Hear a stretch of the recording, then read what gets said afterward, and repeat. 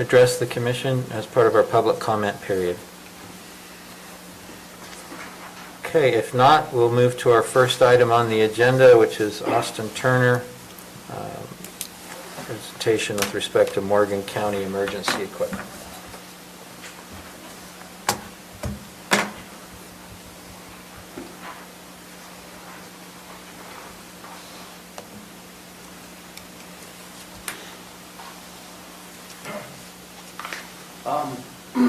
I sent you guys some documentation about some of the things that Morgan County could use at this point.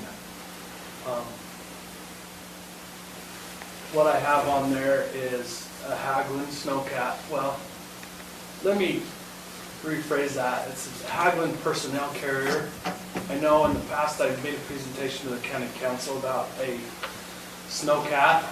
Haglunds are a machine that can actually work as a Snowcat, but it's also a machine that floats and can be used in almost any type of terrain. Today, myself and member Newton had the opportunity to go look at one that's actually close to in the area, and it can basically operate in any conditions. I know this time of year it becomes very difficult to get places because of the transition between dry ground, mud, and up into the snow. This is a machine that will transition between everything. I got a quote from a place out of Wyoming that was for an $85,000 Haglund, and the trailer to transport it would be about another $7,000 or $8,000. The one we looked at today is significantly less than that.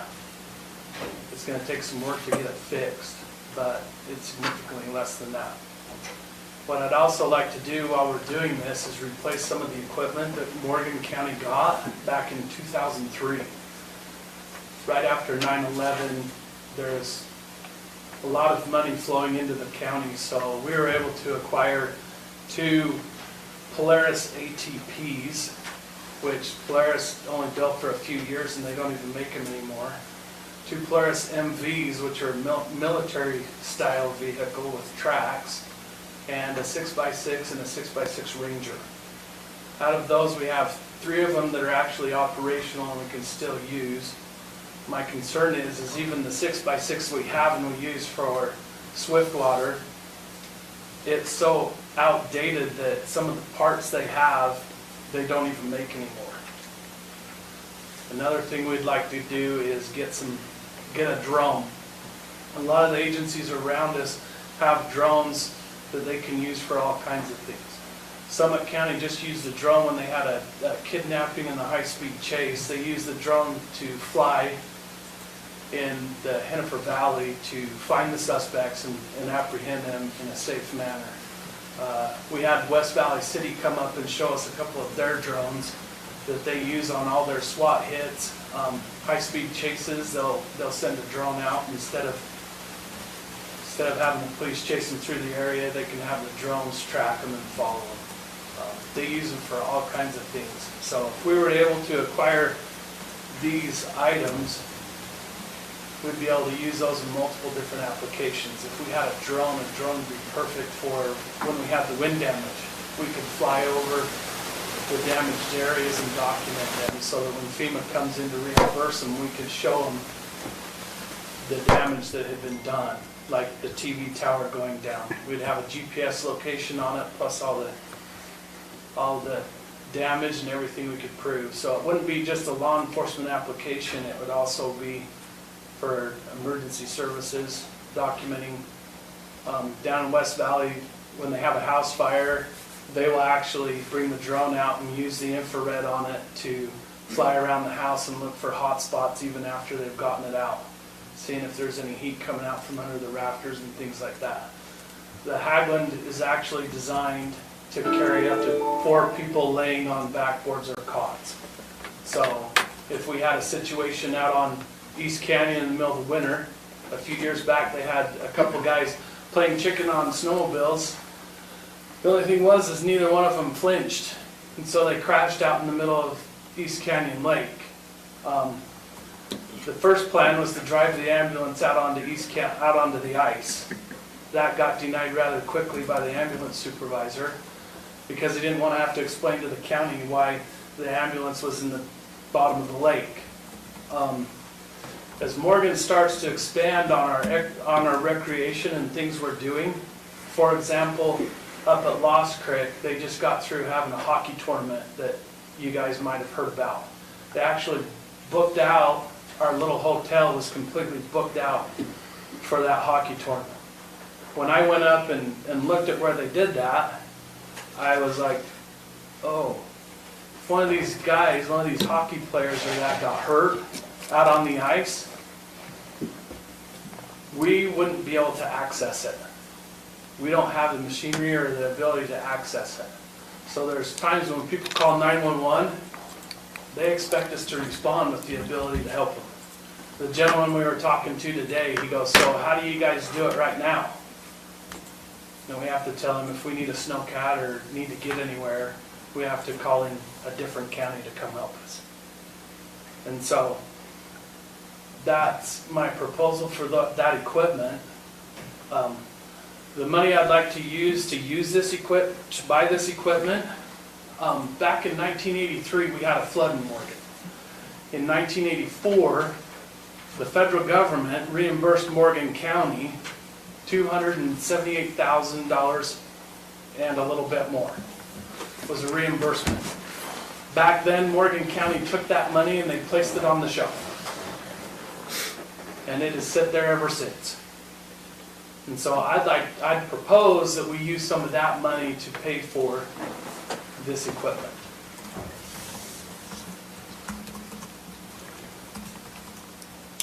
You guys have any questions? Yeah, I've got several. Great. Where would they be stored? Out of the weather so they didn't rot away. In the garage up behind the search and rescue building. And they'd all fit in there? They all should. Yeah, right now we have a little bit of the road department stuff up there that came out of the building when the fire occurred, but I was up in that facility with the sheriff last week, and there's still several bays that are open, so there is space in that building. I was about to say, especially if we were able to get the public works guys back into their building, we'd have the room to store that inside, so we didn't. The Haglund we looked at today was actually purchased from the Pennsylvania Police.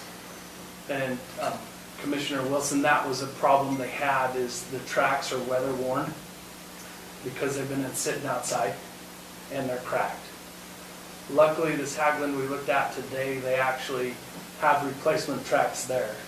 And the replacement tracks will come with the Haglund. Okay.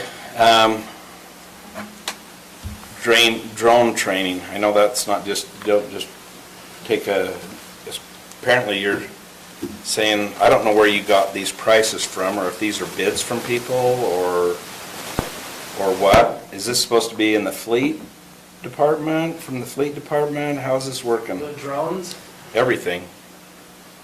it could be part of the fleet. So how was it bid out? I guess that's my question. I just talked to like Mark Millett. He runs the drone program up in Box Elder, and just had him ballpark it for me. I have not went out and got bids. So these are all ballparks. Yes, they're not exact numbers and they're not bids. They're just estimates. And training on a drone, I mean, I think that's a $12,000 drone. I would assume that there has to be some type of training on that. Absolutely. And Mark Millett, the way he explained it to me, the majority of the training now, because of COVID and what's going on, is online. And so Deputy Chalmers, his brother, runs the drone program up in Cache Valley. And so to have a drone and run it like we're going to run it, you actually have to obtain a pilot's license. And so the training to do that's $300 or $400. And his brother actually is the trainer for Cache Valley, so we'd probably utilize some of those resources. You really think you could be trained on a drone on the internet? I would, a year and a half ago, I'd say absolutely not. I'd say not right now. I've tried to But- fly a drone before. And that was my big fear about it, exactly what you said, and I'm like, yeah, I'm gonna pass. But the guys we had come from West Valley said that these drones actually operate differently than the public, I don't even know how to put it, these commercial grade drones actually operate differently than the ones that the general public can buy for a couple $100. Because my fear was it was going to be like my son's drone that we bought him a few years ago for Christmas. Really difficult to fly, and they're really hard to operate. They had me up there last Wednesday. West Valley had me up there flying a $30,000 drone, which I was deeply uncomfortable with. So I flew it for a few seconds and told them pass. You can have it back. But that drone, the capabilities of it, the $30,000 drone is, we were up by the rifle range and we were able to zoom in to the backside of Young Dodge onto one worker helping build the building behind Young Dodge. So these drones have extreme capabilities. They have FLIR so that we can fly, look for heat signatures. If we have a suspect run off into the mountains, or if we have somebody caught or lost on the river, we could fly the river and it could help us search and cut down the time on the search. Why don't you explain how come we receive these funds from the state and It was the federal or the government. federal government, and what they were supposed to be designated for, and if we're using them for the right things, or Sure. Back in 1983, I'm sure remember Wilson, you remember the floods back in 1983. What FEMA does is after the flood gets done, the FEMA doesn't pay you money up front. They pay you money on the back end. And so ultimately what happened was FEMA came in, saw what happened during the flood, and saw the amount of money that we spent, and they will reimburse you up to 75% of the cost. And so back in 1984, they got this check. And the commission at the time put the check aside, thinking that someday in the future, the federal government's going to come and want their money back. From how it's been explained to me, that was the thought process of why they set the money aside.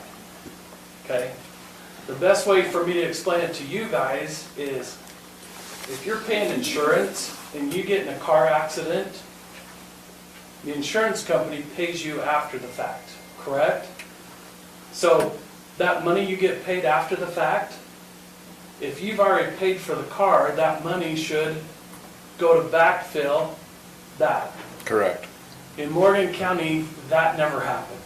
So if we were to have another flood like '83, have we backfilled the necessary things that we would need to take care of a flood before we spend it on anything else? That would be my question. Great question.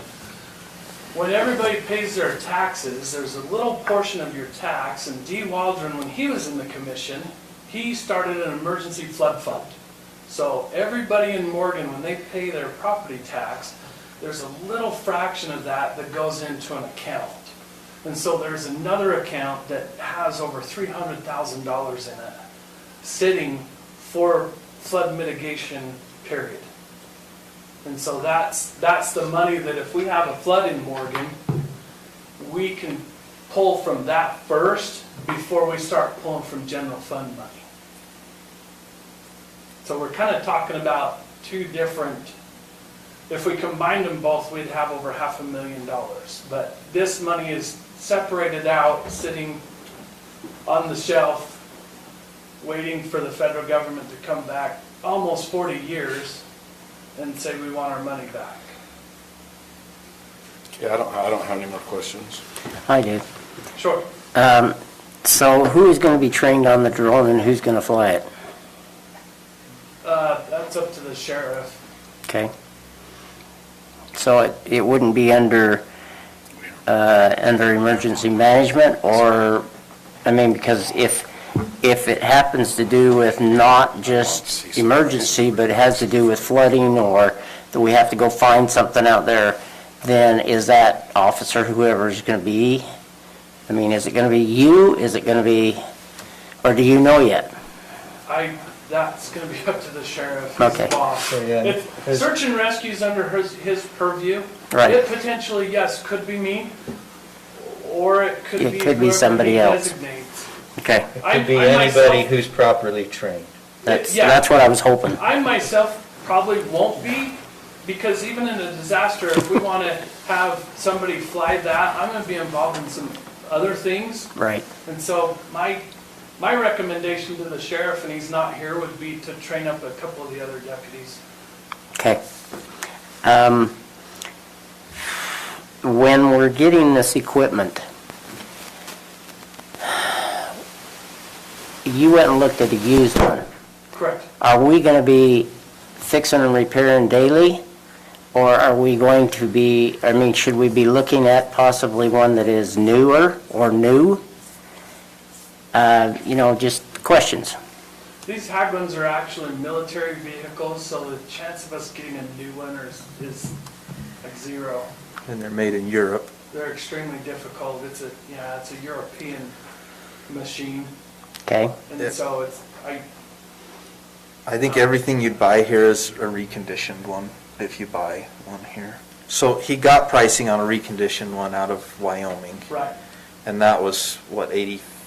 5,000 was the thousand. cheapest one I could get out of Wyoming. There is one much closer. We'd probably, the work that needs to be done, it is some undercarriage work, some wheel Some things. road wheels need to be replaced and Yep. the tracks, but they're giving us the tracks. Yes, the tracks, but the cost is considerably less. We could cut this number in half, basically. Potentially, yeah. Okay. All right, that's all I had. I got a couple questions. Sure. You've submitted a list, and I want to, I guess, verify with you, Austin, that it appears that this is a list of items that you are asking for that would make emergency management more efficient. Or is this list in order from what you think would be needed to what you, to the, how is that list that you submitted anyways? And then just added on to that to finish, I think I don't know how many years you've been in this position, but I know you've got a close contact with somebody that's been in a similar position in the past, but are these items that also has been recommended from the previous emergency management personnel? That's a good question. As far as the previous emergency management personnel, I've discussed it, and they think it's good. This Haglund, I discussed it a lot with Summit County. They have a very similar one that they use. Their IT department has used it at least weekly up there to go up to Lewis Peak. They're trying to get a wireless internet working in the Colville area, and they're using this Haglund to get up, well, not this one, their Haglund to get up to Lewis Peak so that they can do some work and do wireless internet up in Summit County. They also use it on search and rescue, multiple avalanches this year with fatalities and all kinds of searches. So when I worked up at Summit County, that was a big concern, is the transition time. It usually starts during the springtime where you can get part of the way but not all of the way. This is the one machine that will transition from everywhere you go. As we were talking to the guy, he basically told us that you can drive from snow to pavement to right into the lake, and it'll handle all of it at no problem. So it's really a unique machine. So in your opinion, how many times would you have used it this past year, as for example? Approximately, doesn't have to be exact. Approximately. but- Probably 3 times. Maybe more if you include the times that the Public Works have had to have one of their employees go get his personal snowmobile to run up to the TV towers. I know right now I've got a group of ham radios in the state of Utah. They want to put a ham radio repeater up by the TV towers so that we can better communicate with the western United States. Because right now, when it comes to ham radios, we're kind of in a little dark hole that nobody can get really in or out of very good. But if we can get up there, we'll get a ham radio repeater station up there that'll cost the county nothing. But right now, we're sitting on being able to access it, so it'll probably be June before we could get up there and get everything going. Thank you. Does the drone that you estimated, does it have this, I think the estimate you put on here was approximately 12,000. Does that have the infrared you discussed in that, is it in that estimate, that drone? Yes, that $12,000 drone is the low end of the scale. The drone that he had me fly was 30,000. I didn't want to sound greedy. But if you guys are willing to fund the 12,000 to go towards that, I have been in communications with Phillips 66, and they haven't got back with me how much they're willing to donate as well. And I've found out that there's a Rocky Mountain Foundation as well that might help us. So there's other funding sources out there that I'm going for as well. Okay, and then my last question would be, I think it was similar to, I believe Member Wilson might have, or, might have touched on it, but I think when we have monies that are set aside or monies that are banked, or however you want to say it, and it's over a long stretch of time, the biggest concern I would have is when there's an audit done, that the audit personnel look at it and go, not right. So I guess I'm not saying that it couldn't or couldn't, but my check would be whoever is auditing the use of this money, we would check with them and say, hey, check ahead of time. Can we actually use these funds for this? Are you guys okay with that? You'll be auditing us anyway. Are you good with that, the use of those funds? Just due to the fact that they were so far back would be my recommendation. Correct. And I talked to the old emergency manager that was a while ago, and he had done a lot of research on that and couldn't find any strings attached or any that the federal government gave it to the county, and it's just sat there ever since. But if you want, I can go back and do more research if you. I did do some research on it, and I talked to the past county commissioners that were there at that time, and they says it was supposed to be just put back into the general fund to take care of those expenses, and never was. No offense to any of us or you, but I would rather have an auditor tell us, look, I'm going to audit you, and I will audit these funds, and it's fine to use them. So, Yeah, that would be great. okay. I'll get with Stacy and we can talk to the auditor is there an auditor doing something right now? Great. Stacy, are you aware of the shelf, as he characterized it? Yeah, These gold bars are stacked? Sorry, what? I'm assuming it's an account, Yeah. and it's not part of our general fund account. Correct. It's just a separate account.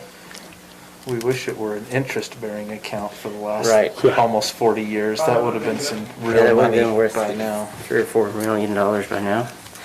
Kind of nonsensical. So I have the question back to what Jared says. Is this list then kind of your priority, or can we not whittle away at it, but what is the most important thing? Because in my concern, my most important thing would be the drone. I just brought the proposal. You guys are in charge. This is your county. You can tell me to walk out the door and give me nothing. This is up to you guys. if wishes were fishes, I want it all. If wishes were fishes, but yeah, they're absolutely, we can do whatever you want. The main thing I would like to do is I'd like to start with the Haglund and the drone. The next priority for me would be the Ranger. The 6x6s, we have one that's working. My big fear on that is it's a 2003. And if it breaks, you won't be able to find the parts for it. Because I have one that's 5 years newer, and I can't find parts for mine. And mine's newer than the county's by 5 years. And so, if we're gonna prioritize it, I think asking for 4 snowmobiles is quite a lot. I don't think we need it. We just need 2 would work. 1 mountain sled and 1 2-up sled would be good. I've already talked to Summit County and they've agreed to let us come and train with them on all their snow rescues and stuff. And so we could work with them, and that in turn would build some in-kind friendship or what have you, so that when we have an avalanche, they would come and help us. And so the 6x6s, we could drop those as well. If we're gonna get sleds and start working avalanches and doing things, I'd want to keep the rest of the gear as well. The avalanche beacons and everything we need to be able to respond. Okay. But hey, it's up to you. If you say nothing, then I wish you wouldn't though. So, my perspective is that it's good to be prepared, and this is a fairly extensive list. I'd like to confirm the availability of the funds and the amount of the funds, and then if we have that verification, then going through this list and responding to the request is something that we ought to do.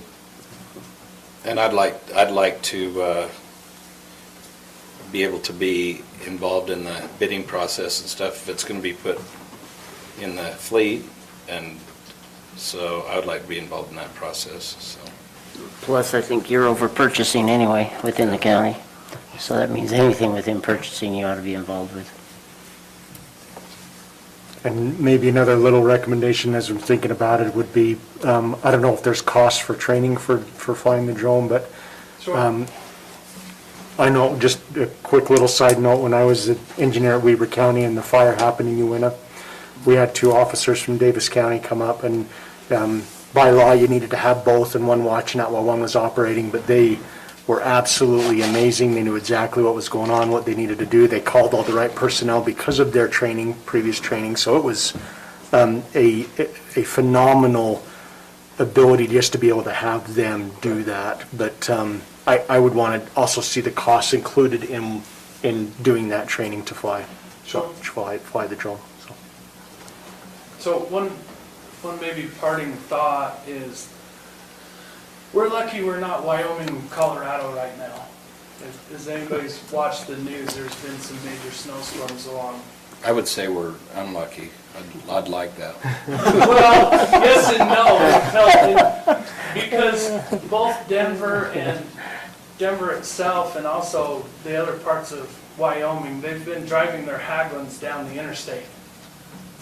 And they've been picking up stranded motorists and bringing them back to towns, so.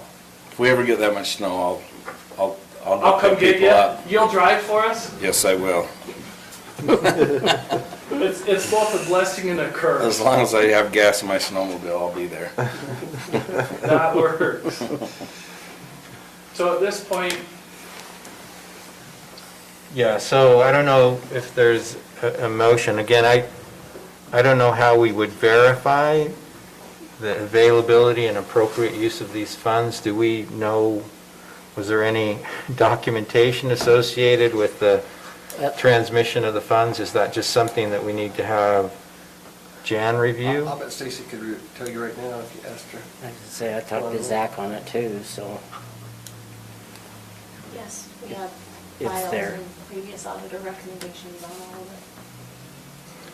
it. Well, I would Okay, so what do we need to do to confirm that it could be used for these purposes? Just review it? With Austin, and we've got one of the auditors coming tomorrow. We can go over it with him tomorrow and Perfect.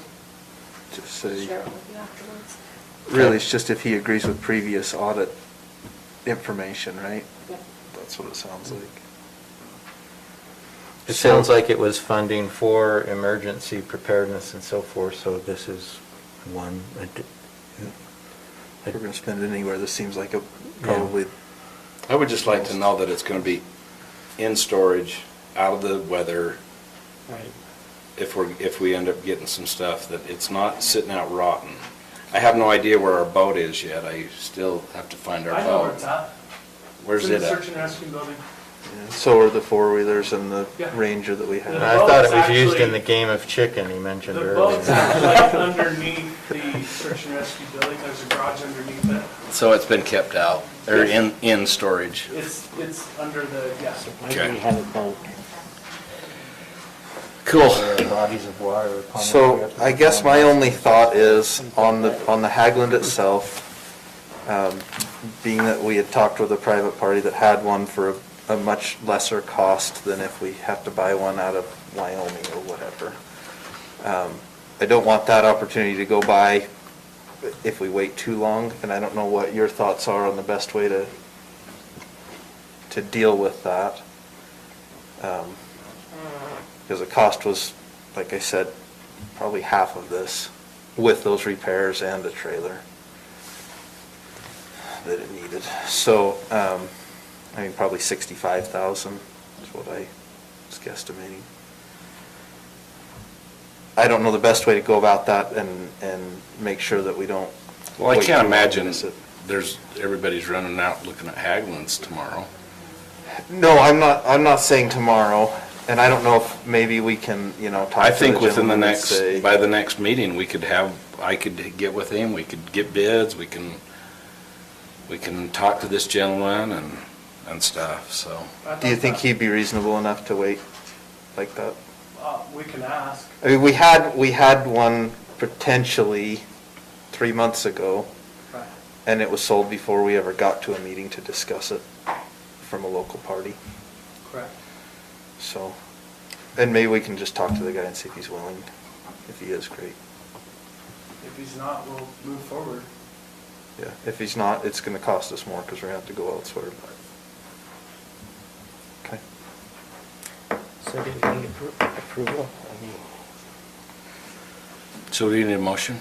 Yeah, I make a motion that we table this until we can get some bids solidified and understand that the funds are available through an auditor for this use.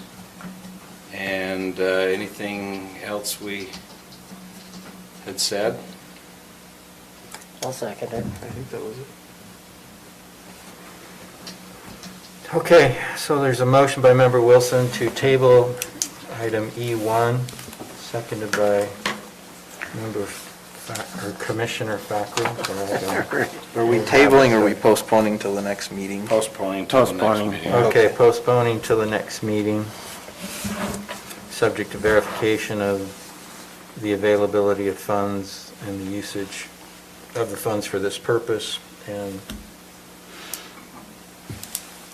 any questions on the motion? All in favor? Aye.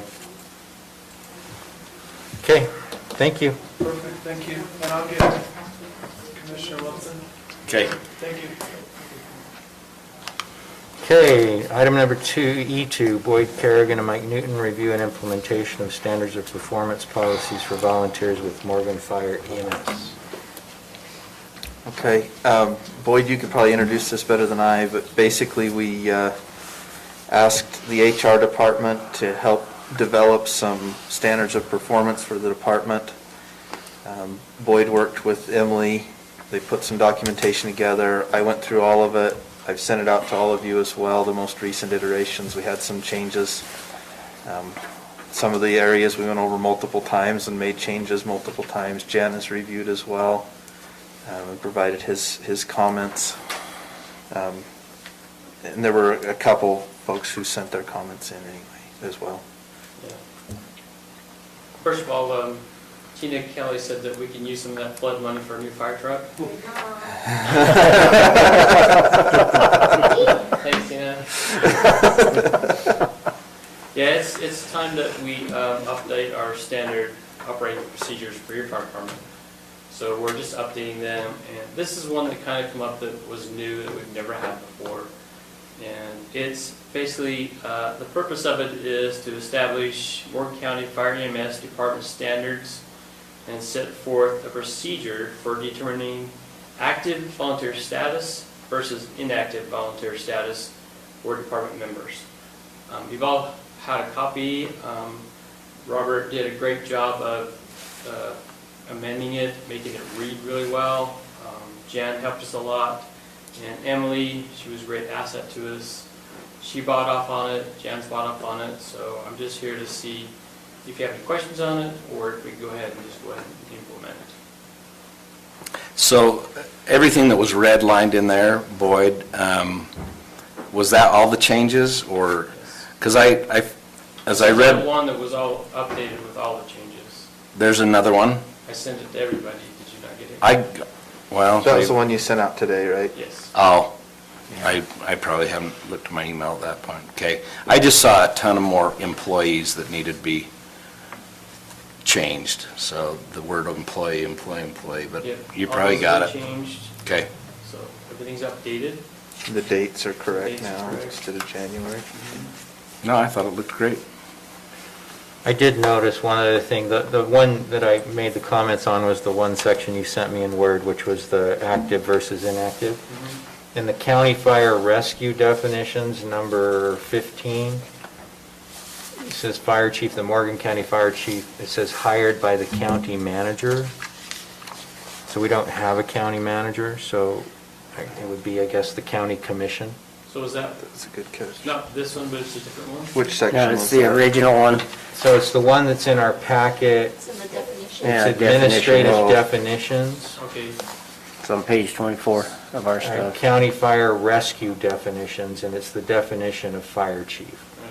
So So we're that's still just- working those over, Okay. so it's. So are you only asking us So to do you only approve want the the one one? so far? Yes, Oh, okay. Oh, okay. Which I thought one? we were doing all, so I apologize. I put it all in the packet. you're fine. We'll just be clear, that it's just this one for now. It's section 1-1.100. That was a lot of 101. reading. Yeah, it was. They'll still all go, they'll still all be They'll- coming they'll- through. They'll still be worked over, and if Okay. you see issues with them, be sure to strike them and write them and send them back to me. So which one are we approving? 1.100 or 101? Because basically, this is a new one that we It's- thought would be real important for you guys to review. I don't know how to, I had one thing that I wondered about, but I don't have a page number, and I don't know how to, 1.100 is the one that we're approving. or Okay. Considered for approval. well, I guess it's page, I don't know, it's our page 29. Oh, that's it? Just that? Yeah. Well, we've got about And 20 on the million other side, pages. it's just a little bit more. You're talking about a Oh. different section, though. I sent them all the sections, Boyd. Oh, okay. So it's SOP, so it's standing operating procedure 1-100, sorry, 1.100.A, Yes. active versus inactive volunteer status. Oh, okay. Okay. All right, well, that's not where my question lied, so, okay.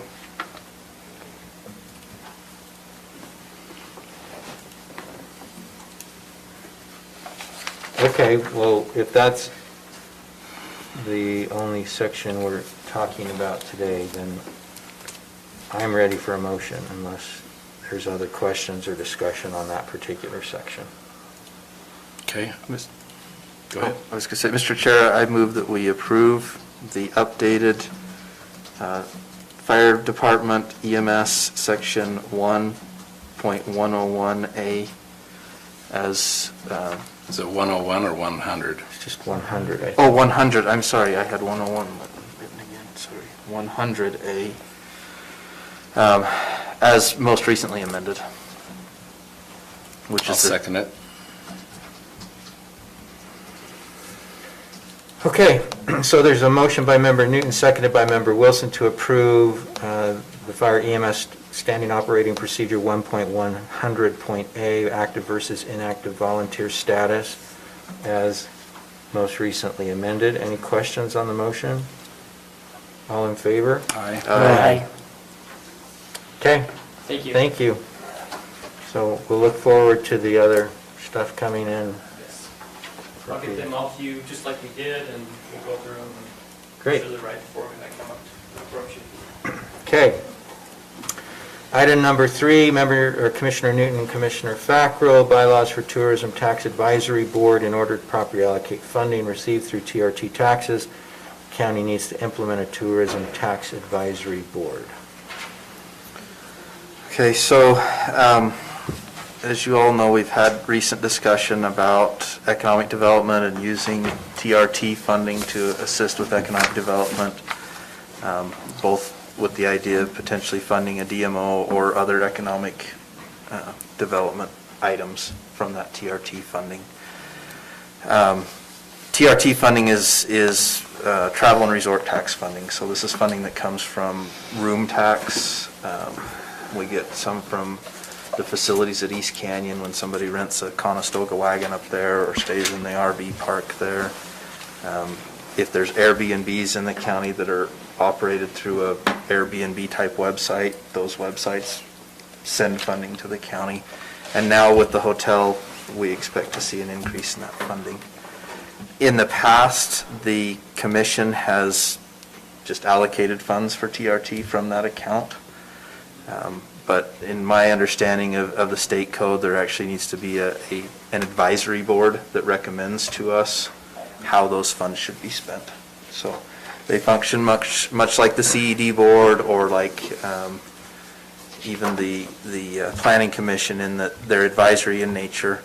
So they will say to us, okay, we see X amount come in to TRT, or we estimate this amount's going to come in. We would recommend to the county commission that you spend this funding on X, Y, and Z. County commission makes the ultimate decision, so their decision or recommendation is not binding, but they do recommend. That board should consist of people who are within that industry, so travel and tourism industry, as they're obviously most affected. And there's multiple uses for TRT funds. A DMO is just one of them. It could be, those funds could be used for advertising for travel and tourism within the county. They could be used for projects within the county if we wanted to build a certain tourism-related projects. They could be used for that. So we got some sample language for bylaws for a TTAB board. And that's what you received. Now, there was some changes made, so I sent an email 2 days ago with the most recent iteration of that after Jan's review of the document. There are currently, we have suggested members for that board listed here. We have not spoken to these folks to confirm that they will be part of that. And that was by design. I didn't want to talk to people about being part of a board that doesn't exist yet until we had a chance to do that. What I think I would recommend, if it is okay with all of you, is that if we approve this, we would approve it with these as potential members, and then go speak with those individuals. If for some reason any of them feel like they don't want to be involved, we would then come back and have to determine somebody else to be involved. So we tried to pull kind of a variety of folks who are involved in different aspects of travel and tourism within the county. There's also representation. There'll need to be a representative from the commission, and we'll ask for a representative from Morgan City as well. So if I understand it correctly, we would need a motion to approve the creation of a tourism tax advisory board, together with an approval of the proposed bylaws for that board, as most recently circulated, and then, and this can be either combined or separate, a motion to just recommend the potential candidates, or do you want to do you even want to include that in the motion? And you just go speak to them and come back? No. I'm going to What's that? say no. I think if we're going to do anything, we need to do two different things here. One of them, approve a TTAB board, and second, we need to go through this bylaws, because there are millions of mistakes in it. And not just mistakes, but it's contradictory. And I've gone through it and got notes galore, and I didn't have time to tell everybody about it. So I would say that that portion of it, we need to table it, or postpone it until later, because some of these things are saying, for instance, membership of the TTAB shall consist of 9 individuals who are residents of Morgan County. And the people that you've got in this that you want, there's only 3 that are members of or residents of Morgan County. So I say that we go back through there. We need to go and establish that we do need a TTAB board, but I don't think we need to go with these bylaws at this point until we get the bylaws straight. Straight. And that's all I'm asking. Yeah, because it could be a member or a business owner in Morgan. Right, right. Yeah, I think we and need that's to- fine. I mean, if that's the case, I would rather that we make those corrections and approve the bylaws. I don't want to create a board with no bylaws. I'd like us to go through them and make sure those are updated, and that should be, if that's the case, that's a simple update. We just update it to say either a resident or business owner within the community. I mean, there's a lot more in here, but that's just one. Current county ordinances dealing with Morgan County Economic Development and Destination Management Organization. There's just too many things in it that I think we need to look at before we establish the bylaws and approve them. That's just my humble opinion. So, Member Newton, do you want to go through each of these things? Or do you want to have Member Fackrell put his concerns? and Yeah, I mean, I would have proposed rather changes in received writing? them a couple days ago. I'm sorry. But, Did not happen. so, I don't know. I don't want to take too much of this meeting's time to do that. Is there any way, Timing concerns. can we have a condition that the bylaws are written, they were sent to us for review and comments. Is there any way we can approve them with any kind of, do we need them approved right now versus 2 weeks from now? Do you want to do it with the condition that all of a member or Commissioner Fackrell's comments are included? I thought they would have been. Well, I don't think we can do that, just because I don't know what all of his comments are. Yeah. Whether we all agree on them or Yeah. not. But we could, so I don't know what your timing concerns are with respect to the creation of this. We can certainly just, if you don't want to create a board without a set of approved bylaws, then we would probably need to defer to Probably the ought to wait entire for the matter. whole thing. So I guess the only, we've spoken with the CED board about a DMO. That's something that the CED board is supportive of. Now, we did take that off of the agenda, as you noticed, and the reason being is because the idea was to fund it through TRT funds. Well, I didn't want to approve something to be funded through TRT funds before a TTAB board could be put together and actually make a recommendation on how to use those funds. So trying to do this through the right steps and not drag it out, to a ridiculous amount of time. But I also understand the concern, and I don't want to push, to approve something if the commission's not ready to do that. So if that's the case, it's probably better. I guess we could establish the board with the understanding that bylaws will need to be reviewed and put in place, and individuals contacted to determine their availability and willingness to serve on At least such a that board. would give 2 weeks to do that, put a board together. Yeah. So, I'm okay with that if that's the route okay you with want to me. go. I think next time we need to have those notes in advance rather than waiting till now. It's one thing if it's minor notes, but if you feel like there's multiple things, let's make sure we share those before. Is this an adaptation of somebody else's set of bylaws? It is. Yeah. It is. I'm just barely glancing through it as well, and I wonder, like on the last page, for example, it just talks about the bylaws of the DMO, and I wondered, is that referring to the other document, or was the word DMO left in this one by accident? And it refers to me and my office as being, assuring that they keep their records. And does that mean that I'm required to be a part of their Their group? board. And that or is it only just that they make sure that they pass on their? It that just they- says that it must be submitted to you. Submit it to you, yeah. So just, Which- again, wondering if it goes back to his comment, is this just a cookie cutter? Or does there really need to be more? I think we need to really go through it. You and I, Mike, need to sit down in person. We should have done this a lot sooner than now. I'm sorry, I have not been in town and been able to do it. I get it. Okay. Okay, so is there a motion then to approve the creation of a TTAB, the Tourism Tax and Advisory Board, which we could, I think, take care of tonight, Right. recognizing that we will need to approve the bylaws, hopefully at our next meeting, and that you could work on checking on availability of your proposed members for the next meeting as well. That sounds good to me. Sounds good. So moved. I'll second that. Okay, so we have a motion by member Newton, seconded by member What's the Fackrell, next thing? to approve the creation of a Tourism Tax Advisory Board.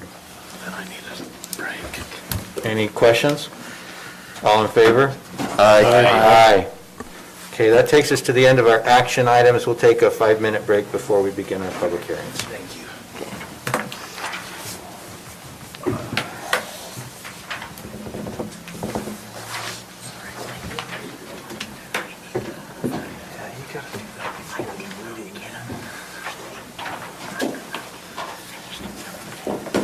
I've been on here for 2 days straight, for 14 hours each day. I'm sorry, I cannot read it. My eyes are going like this. So, I'm sorry, but that's one of those things, I mean, you can all I know. I wish you told me that when you told me today too. I know. I didn't. Come on, Blaine. Give you a break, man. I'll give you a break. It was confusing because I thought you guys worked on it together. No, we didn't. And then all of a sudden you're like, oh, I'm like, what in the world? I mean, I went through some of it last week, and when I went through it, I just go, this isn't right. And then I couldn't get it down in things until I went through it, but I'll send it to you. Yeah, that'd be good.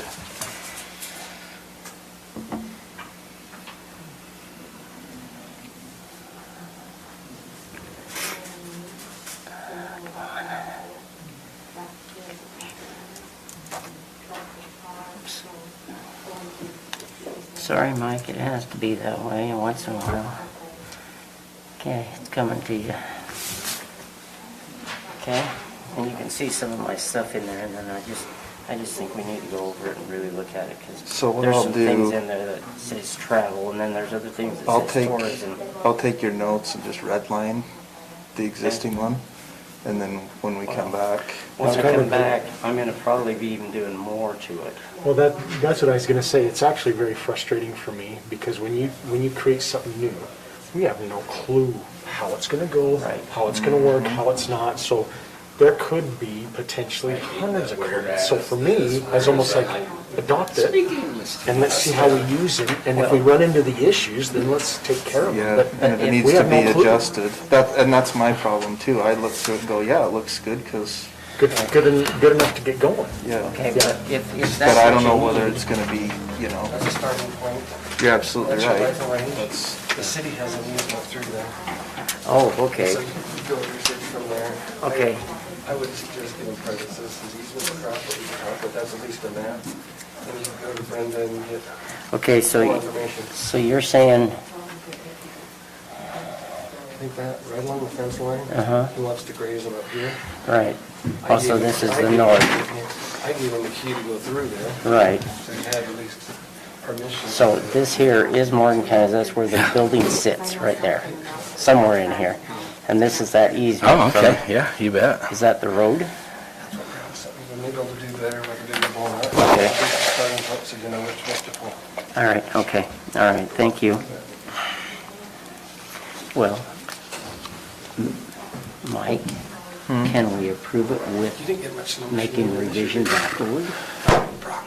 Because I'd rather make the revisions before, because No, there's too I many mean- contradicting things in there. Let's just wait and do it then. It's kind of Okay. sad. It's been a sad Yeah, I year. know. What did he buy? Sorry. I think the only point I'm making is with it being brand new, this won't be the only time. No, it's going to have to be You'll a wait 2 weeks from now, you'll get comments in there and get it made, but you're still gonna, until it gets running and operating, they're gonna say, wait a minute, let's add this or take this out. And the truth is, I'd really like that board at some point to do their own review of it and say, does this work for us or not? Once it's set Right, up. right. So But Polaris, they you know, can't or- do that until it's set up and they operate it for If it's some orange, time. though, it and sounds to say, me like an yeah, we Arctic like cat. this, we don't like that. And I apologize, but that's why I didn't have comments. Because Did I'm he wrap like, it or I have no idea how they're gonna, they won't operate the same as wherever you got it from. So at least it's something to start with, and then they can figure it out. Not rocket science, but. Wonder if it's a Skidoo. I mean, don't we have So to, tired by the fire stuff that I, Well, and I'm sorry about that. He sent me all of those, Is and I'm that- like, okay, so I put all. He's he's a That's pretty what I was going immaculate through. person. do we have to Does he? establish a Who's DMO his father-in-law? of sort to even have the TRT, or is that a No, no, division no. of the, is TRT that separate than the Down in- A CDD? DMO is just an Norman Layton, down in organization that Layton. could be funded through TRT funds. Okay. So I feel like in order to allocate those funds, we need to have that established, Okay, that T-TAC. okay, well, we'll get it. I mean, we could establish a DMO and fund it through other sources too. It doesn't have to be through there, but I did it's a good not source of funding understand for it. this It's a restricted fund that we Croydon don't thing typically at all. use for other things. It makes sense, but. Okay.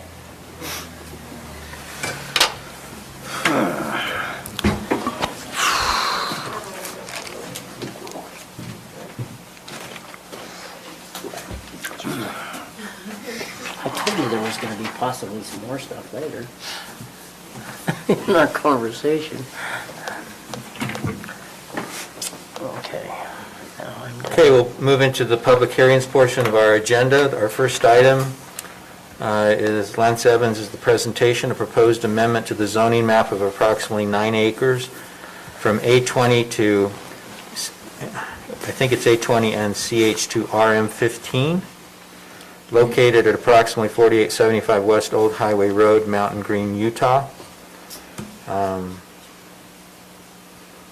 So is there a motion to We need to go into public hearing. go into public hearing? Actually, let's do the Go into hearing. presentation first. So that he could make the presentation first, and then you could go into hearing after he's made his presentation if you'd like. Okay. This is, good evening. This is a rezone request for 9 acres in Mountain Green. It is to the south of Old Highway Road, north of I-84, a little bit south of the Nye Glass Building. And it is adjacent to the Mountain Green Village Development Agreement property. So it's 9 acres that sits just off of that property, and it's adjacent to it. It is, in the future land use map, it is town center zoning or land use designation, which provides for area mixture of commercial and employment and housing, all close together, obviously forming a town center type zone.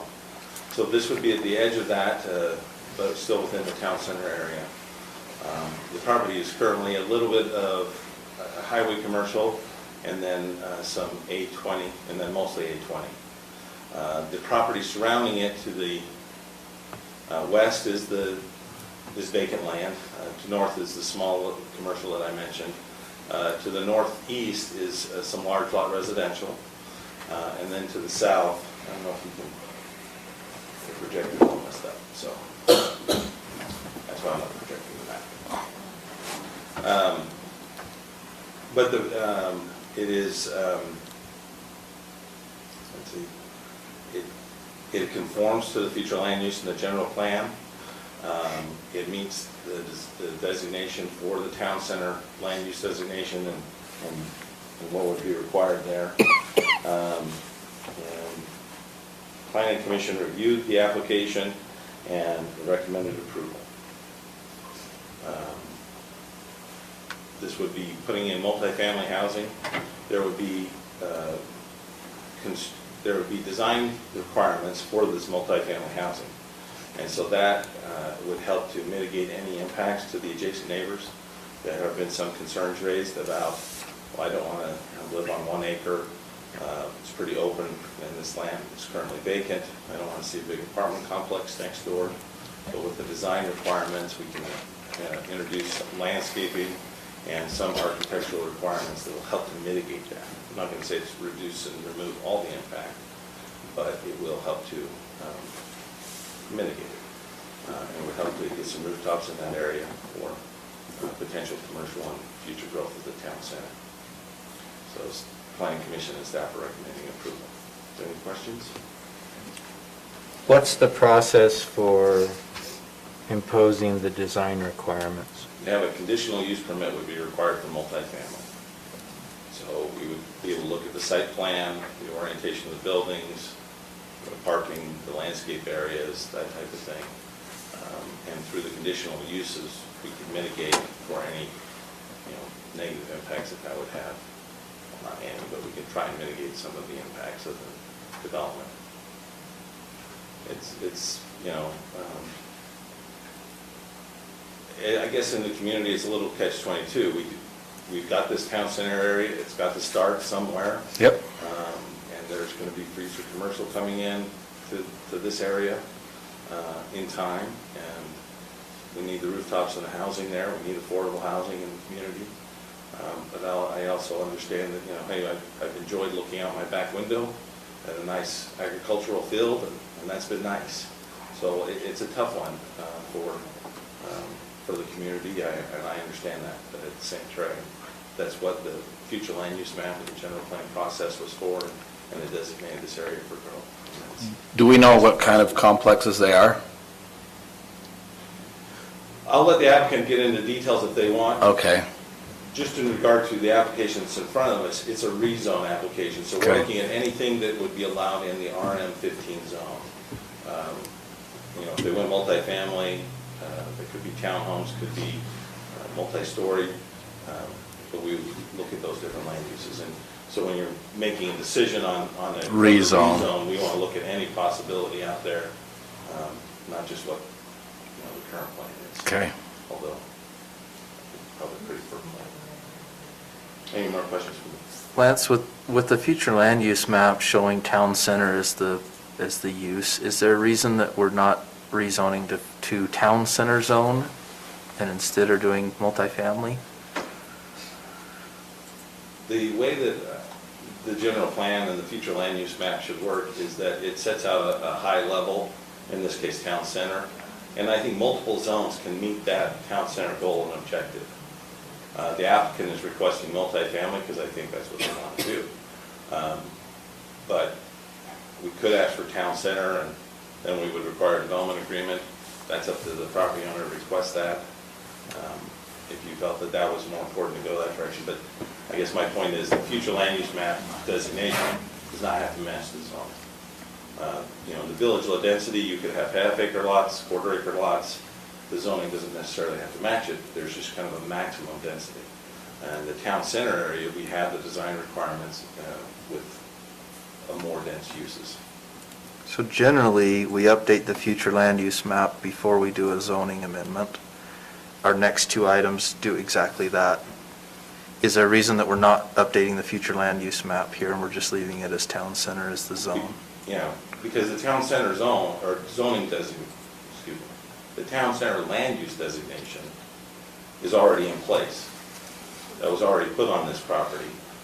So this is, Saying this they zoning's already kind of made that. So you're saying this decision. zoning is part of the town center zoning? That's not how I understood it, but, Well, It's consistent with the town center land use designation, I think is what he's saying.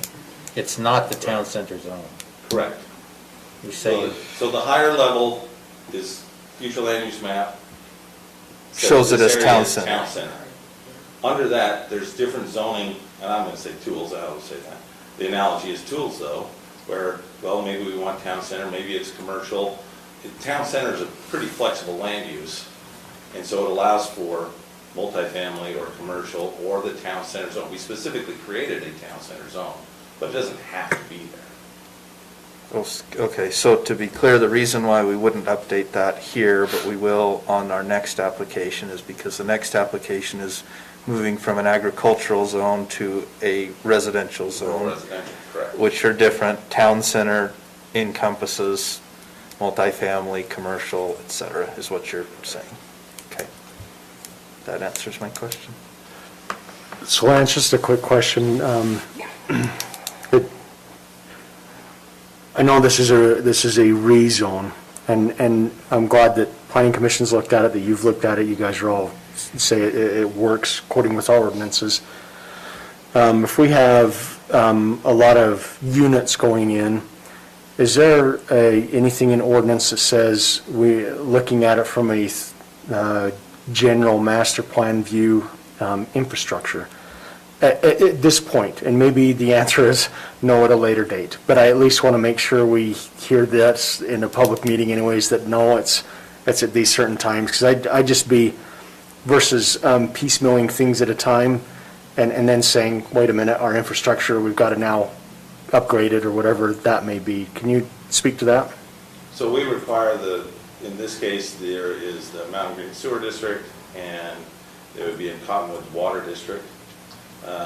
So when they come in for an application on the development, we'd have to coordinate with them on their infrastructure. They would make their requirements on, do they need upsizing or something built into their overall system. I know they kind of have a master plan, both of them, in their uses and what they need in that area. But that would come at concept level, that would not come at rezone level. Well, that would become in the conditional use permit. I don't think this is, at my understanding of the current plan, this wouldn't come in for a subdivision, it would just come in for a conditional use permit, and that would be its land use approval. But that's when we would address that. Yeah, and Okay. unique to Morgan County, or kind of would be the first time, is we would look at the site plan, a landscaping plan, building elevations, and that's relatively new for Morgan County. We really have not gone into that. The extent of our uses to date have been, is it the right use? And we don't really get into architecture of buildings. I mean, except for the building code, of course. What level of conditional use is that? Does that come back to us, or does it go to the planning Planning. commission? Okay.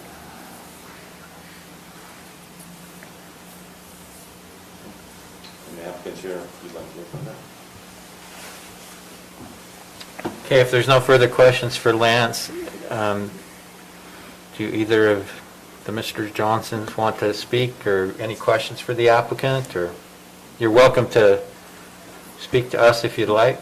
The only thing when you asked about what to put on it, we've never drawn, because in the past, we've came to the county many a times, so to go spend a bunch of money drawing stuff up with what's taken place in the past for us, we just figured that was waste money. All I want to say is that we are ball players with you guys. Me or my dad, we would love, if you see something you want to work together at what you see, we've always been open to that. It's just never been that. And I think it's a win-win if our project, if you can give us input and we can work together as a team, it's better than if we're fighting back and forth and it's muscle. But the reason we didn't have nothing to show you is I didn't want to go spend a bunch of money and then come in and then in the past, it didn't matter what it was zoned, I get kicked down, it would be just money wasted. But I'm all in for any input that you folks want to put in, and always have been. Okay, thank you. I appreciate Thanks. that, and you're absolutely right, this isn't even the point where we would look at that. I mean, a rezone is not the point where we look at design standards. At some point we will, but just not at this point, so. Okay, so is there a motion to open the public hearing? So moved. Second. Motion and second to open the public hearing, all in favor? Aye. Tina Kelly has put her name on the list to speak to this item, so we'll let her go first, and if there's others in the audience that would like to speak to this, feel free to do so when she's concluded her comments. Tina Kelly, Apple Green. I might not be clear because I was just at the dentist and I'm still not, so tell me if I'm incoherent. I just didn't, I'm not sure if you got the planning commission minutes or not because the packet wasn't available. We did? So I just wanted to make sure that the comments that I made, that they were heard by the council too. It's at the very edge of the town center area that's on the future land use map. It's going into a single-family zoning, past that. And I understand planning is you have your commercial, as it's outlined in our general plan, you have your commercial, and you have some multi-family is a transitional zone or a buffer to that single family. I don't necessarily agree with that as a planning principle. And I don't disagree with them being able to use their property. I just don't think we as a county have to make their property more usable if it's not in the right interest. I just want you to look at the full use of that zone. RM15 is a conditional use permit for multifunctional. If they want to come back with a number of multiple family units on that, it to me will not be a buffer to that single family residential. I don't have an answer to what the perfect zoning would be. I've been told that the town center zone is what's on the future land use map, and because the town center zone allows multifamily, then it follows that. So for the community, I want what's best.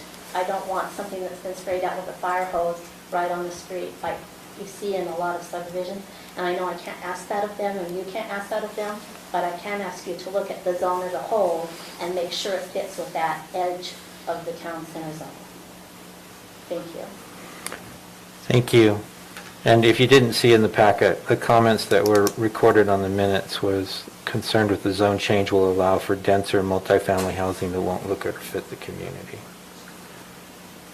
Anyone else in the audience that would like to speak to this matter? Move to go out of public hearing. Okay, second? Second. All right, a motion and second to close the public hearing with respect to item F1. All in favor? Aye. Okay. Okay, so were we unable to get that map up?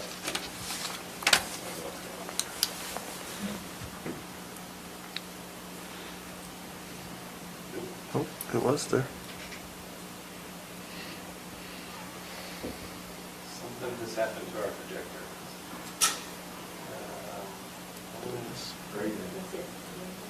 So this is the parcel, this is the zoning map we're looking at.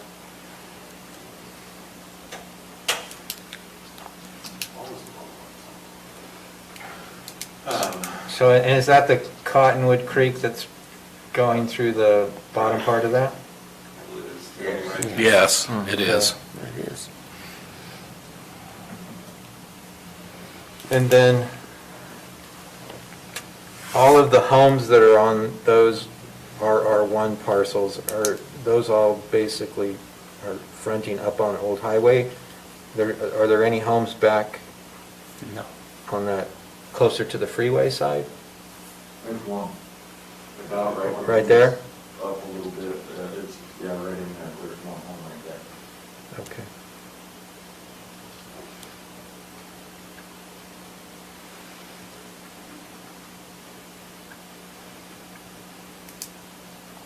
That's the Rollins Ranch opening right there, right? Yeah, across the Old Highway, yeah. Okay.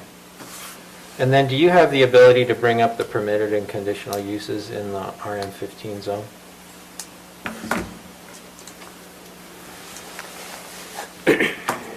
So Ms. Kelly's comment was that we just make sure we're familiar with what those permitted and conditional uses are, so before we make a decision on that. It's probably good to review them.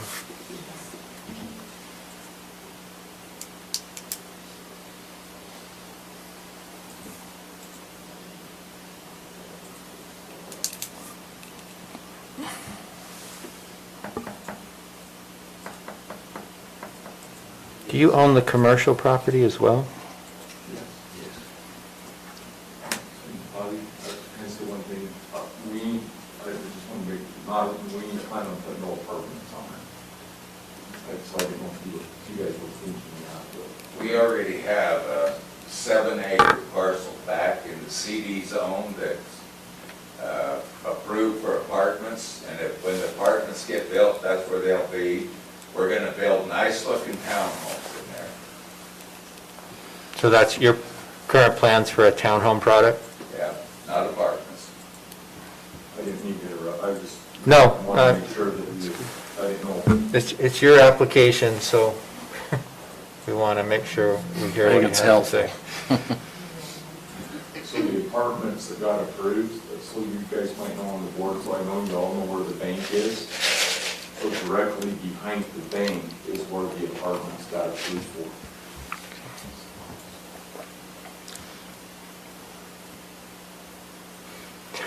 We need a wider screen.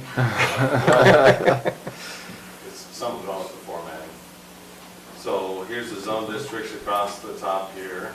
So you've got single-family, two-family as permitted uses. You've got conditional uses for 3, 4, and multi-family dwellings, which townhomes could fit into any of those, depending on what your design format is. Those are the residential uses. Or you've got no bed and breakfast in, there's no commercial uses? That's in Doesn't another look like- table, isn't it? It's not working, sorry.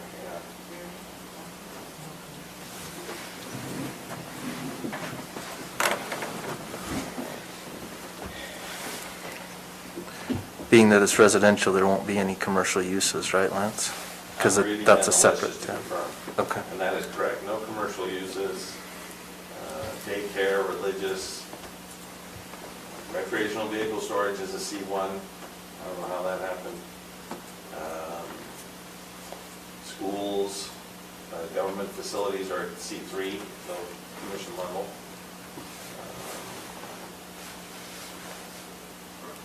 Okay. Annexing. And then the residential uses you saw. So, really, I mean, the principal uses are residential with conditional level planning commission for the multifamily, any multifamily aspect.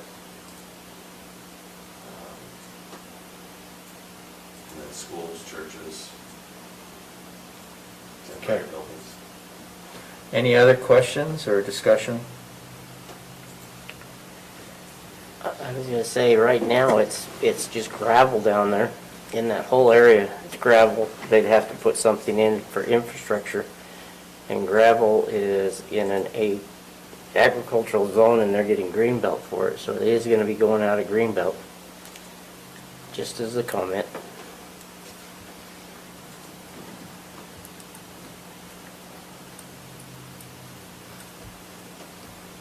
Any other questions or comments? Is there a motion? I'll make a motion. Make a motion that we approve the Soderby rezone map amendment, application number 21.009, changing the zoning district from A20 to, and CH, to RM-15, based on the findings listed in the staff report dated March 16th, 2021. I'll second the motion.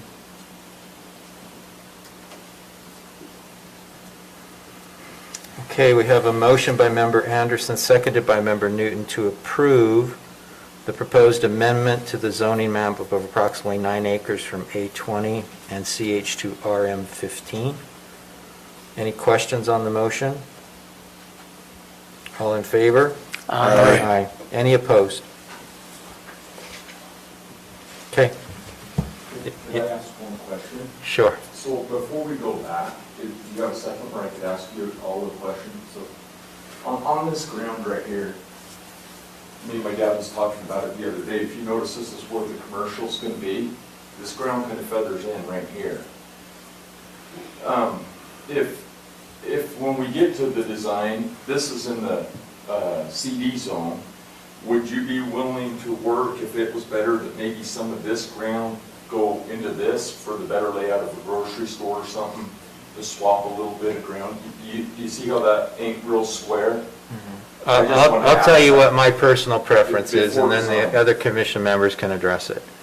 From my perspective, the design of the town center area is best accomplished with a coordinated effort and an overall design.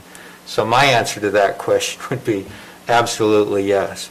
And to the extent that you can design it in a way that buffers from those single-family residential, all the better.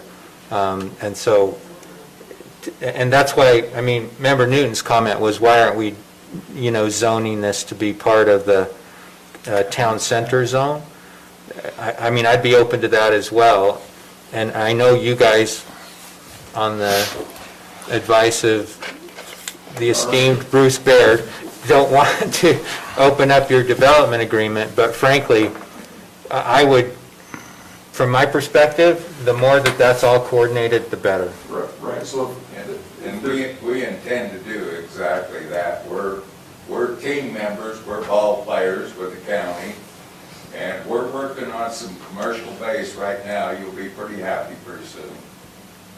Great. So we can work, that's what I'm saying. So in the past, I've never felt like I could, hey, this is a better deal for the community. It was always kind of like, we just felt like we had a rope around our neck, as Bruce Beard would say. And if you step out of line, they're gonna pull it, so. Well, that's still the case. No. I agree as well. We appreciate you. We like to work. We're here for the We'll community. certainly be working with you Thank as you. we develop this. We appreciate Thank you. Thank you. Thank you. Bruce Baird got in trouble for some comments up in Summit County somewhere. Oh, did he? Yeah.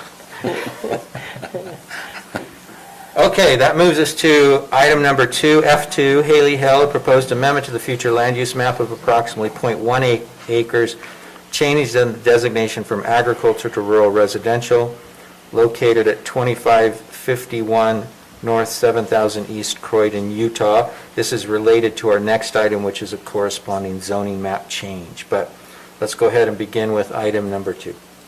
Haley. And being as they are doing a future land use map amendment and a rezone, I'm just gonna present them to you guys together. So the applicants wish to amend the future land use map on their property located in Croydon at 2551 North, 7000 East, from agricultural to rural residential, and then change the zoning from A20 to RR1. Some of the information on the lot is there is a ditch that runs along the rear of the property. And then there is also a cattle easement along the front of their property that their neighbors wanted to make sure that we were aware of. It's just a dirt area. So when you say a cattle easement, that's just an easement to periodically run cattle along that strip of land? Yes, yep. That's one I've never drafted. Usually just up in the spring and back in the fall usually. Yeah, that's exactly what it is. Used to be the whole freeway for the Pences. Yes, it did. Easement or not. So with both amendments, the lot would still be consistent with the surrounding area and have no negative impacts to the adjacent property. And so the planning commission and staff recommend approval of both the future land use map amendment and rezone. So let me just ask a question, because it was raised by your comment earlier, Member Newton. Is the, I know we do this frequently, the future land use map amendment prior to doing the rezoning. Is that a requirement of our code, or is it just a procedure we've followed typically? Yeah, it has to match the future land use map amendment.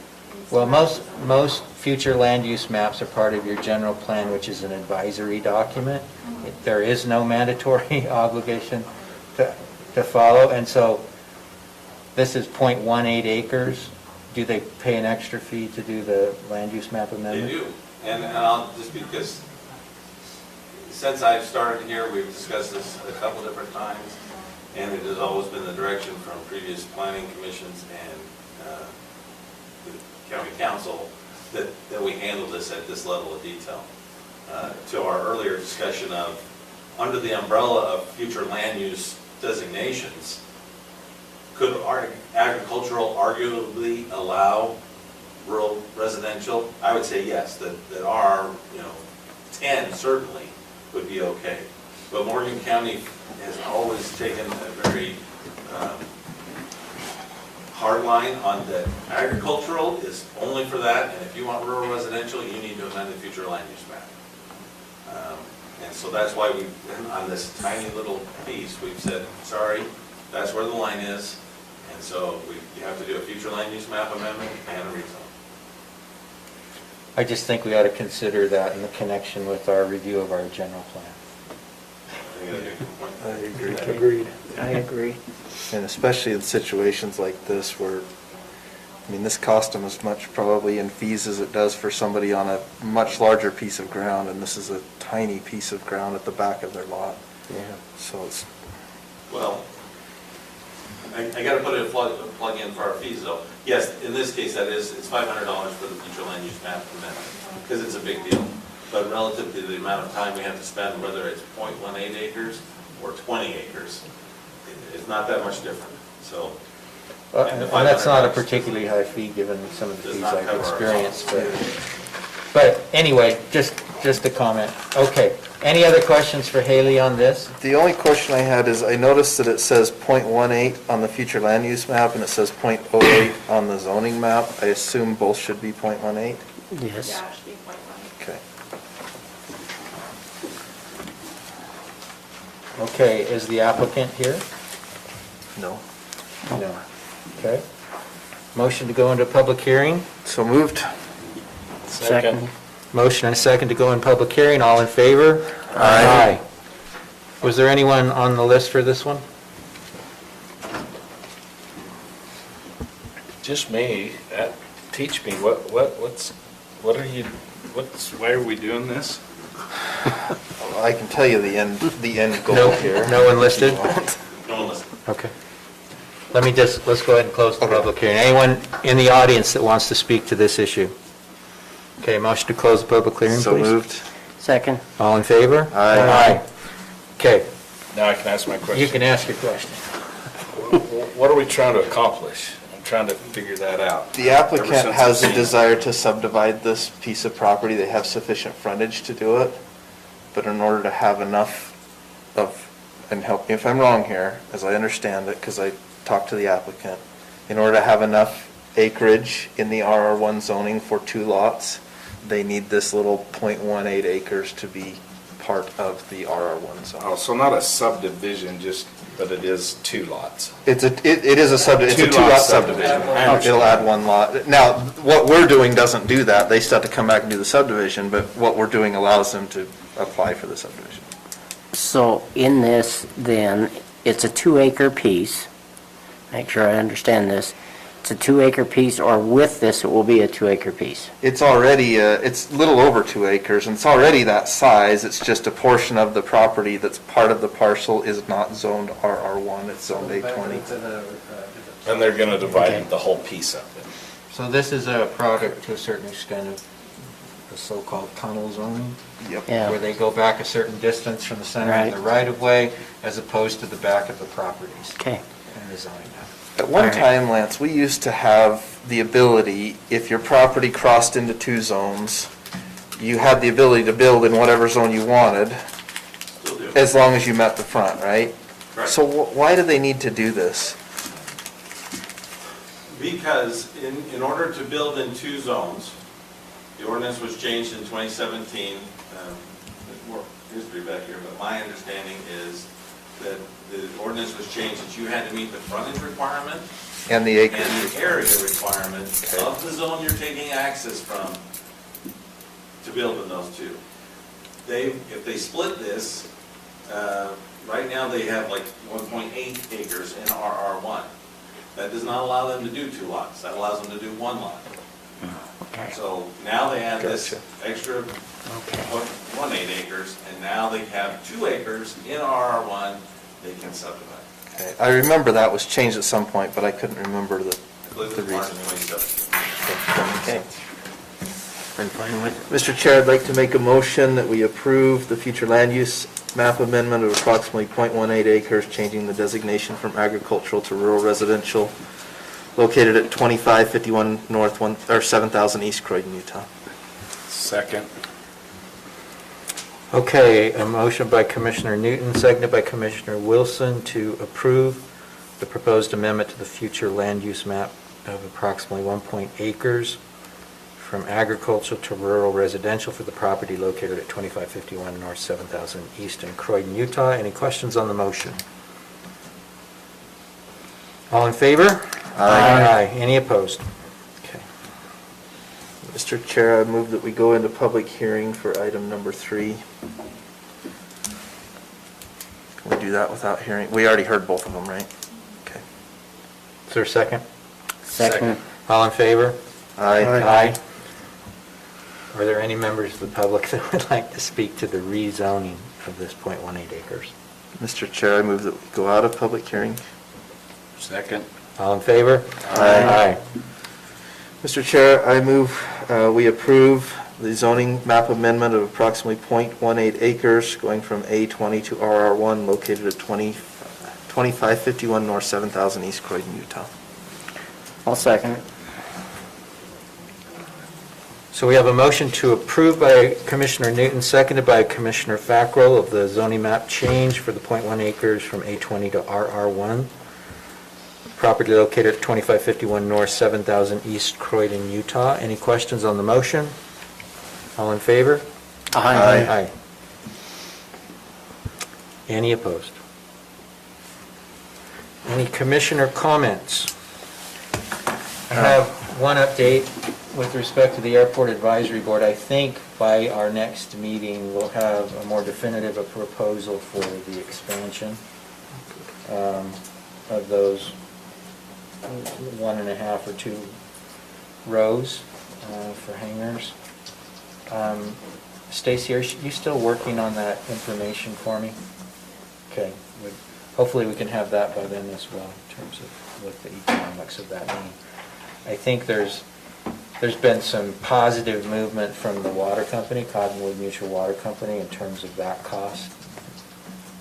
We had them do an actual usage-based analysis as opposed to a guesstimate, and that resulted in a substantial reduction in the amount the water would cost. I frankly think we could advance the funds and collect back from the hangar owners relatively quickly, so that's all I have on airport. We've sold the one Escape, and which was a good thing. They offered us $2,000 for at the dealership. We were able to get $3,800 as discussed, and that's all taken care of. The other one needs a battery, so I need to get a battery and put in it, and so I can. It needs a cleaning. So. Okay. And they will only give us $1,000 for that, but I think we could get $2,000 out of it easily. So I'll get with you on that, and we'll do that. Other than that, I started on all my audit of my vehicles. Asked for my different people to get all the vehicles, VIN numbers, where they're stored, list of all that stuff, so we can start seeing where everything is at on that. So Brett said he'd get that to me, and so did Blaine. So. Great, thank you. Commissioner Newton, did you have any comments? Yeah, so we've scheduled a meeting with Representative Moore. I think it'd be good if we had an administrative discussion prior to that about what we'd like to show him in the community and what we'd like to talk about, just so we're kind of on the same page and have a plan. What was our date on that? April 7th. And he was asking for a time too, huh? I thought he He already gave asked us a us time. 9 o'clock. 9 What o'clock. was it? 9 o'clock. Yeah, 9 to 11, and then he goes to the Chamber. chamber luncheon after that. I think he wanted about an hour sit-down discussion, and then potentially a little over an hour tour of areas in the county if there's something we'd like to show him. So 8 o'clock then, Mike? Or 9, or 8:30? Hey, do you want to meet here at 8:30? Sure. What's that? You want to just meet here at 8:30 that morning? Well, Or you if we're wanna going to do do a that? tour, I think we need to have a discussion prior and Yeah. determine where we're gonna take him, if there's, if we wanna take him to tour the cement plant or look at things like that. I think we 8:30 is need- before 9 o'clock. Oh, Sorry, I think that, no, I'm saying, I think day of is too late if Okay. we need to, if there's things we need to set up for the tour portion of it. Does that- oh, so not right before. Yeah, I think we need to, a week or so before at least, so that we can say, okay, we think it's important that he see, I don't know what, but, Well, commission meetings the night before. Do we want to do it before or Yeah, after there's that? that, or there's the next 2 Tuesdays, if you wanted to. that's kind of what I was Just thinking, convene for a if we call. could, just convene, and a call would be fine too, we could do a Zoom call just to discuss it if you'd like, but we need to come up with a plan. for 23rd or that. the 30th better for any of you? Let me get it first.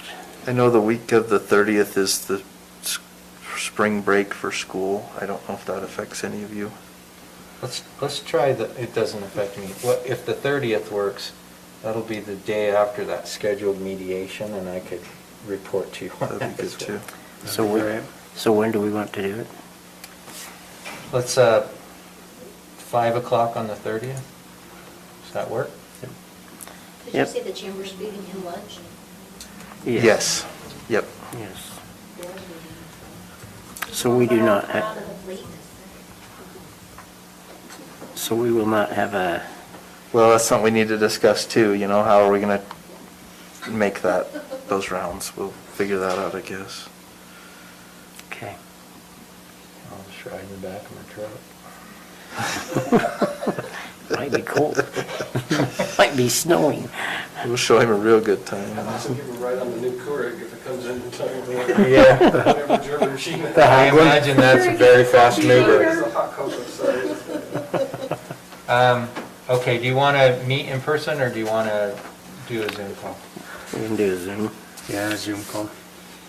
Okay. On the 30th, right?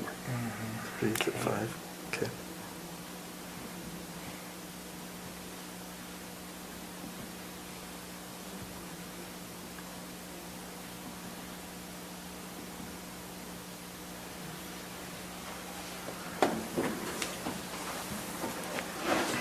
Okay, anything else, Member Newton? Commissioner Newton? Nope, that's it. Commissioner Fackrell? Yeah, just want to let everybody know what I've been doing. I've been having some citizens groups get together to go over what they wish for the county. And I will be reporting back in the next month or so with some updates and some information on what they have given to us, and we'll go forward from that. Okay. Other than that, just a lot of work. So how does that coordinate with the general plan? The Discussions. general plan, it's part of the general, there's been discussion about general plan, economic development, what people want to see, DMOs, it's been just discussion about any concerns they've had in the county. Okay. And we've had one so far, and we've got another one next week. All right. Commissioner Anderson? We had, just as a FYI, we had 6 contractors show up to a mandatory pre-bid meeting for the Public Works building. So we've got that progressing, moving forward. We should see, bids are due 31st, does that sound right? Mike? Yes, I believe so. So, bids are due the 31st, and so we're moving forward with the Public Works rebuild of that building and getting it up to where it needs to be. Great. Meeting with, I don't think we mentioned this, but meeting with Lost Creek with the director of DNR tomorrow about the funds that were appropriated, so we're going to be sitting down with them and we can give you an update. I believe Commissioner Newton, you're planning on being there, right? And Commissioner Fackrell, are you going to be able to We've make got that? some members of staff as well. We've invited Lance and Yep. a couple other folks to attend that. So we'll Really, it's going to be kind of an information session. They'll tell us a little bit about their plans. They're yeah. very early in the planning stage, and they did share that they probably would spend the next year or so doing planning and start construction on that state park in earnest next spring. So, Cool. So that's this week, yep. or at least the last couple days. We got an update on pending litigation by email, so I don't think we need to go into closed session, but do you have any objections to me attending that mediation? Oh, I think that would be great. And if there are any directions you want to give me, then send them my way. I've got some direction. Let's just get it done. Close it. Yeah, it may be a Zoom link, and if there is, we could share it with the Carrier Commission, and then any kind of a settlement that would be reached would have to be signed off on by all of you anyway. But Chairman McConnell will be available that day as your voice. So if you're good with that, Mark, we'll move forward, and I guess they've got it set up, and we're going to hold it in Salt Lake. They have a facility that's well suited for different groups and different rooms, and social distancing and all that, so. Okay, Thank you. it's time for my favorite motion of the evening. Move to adjourn. All in favor? Aye. You're welcome. I like starting at 5. Wow, this is one of the earliest ones we've had. Good, how are you?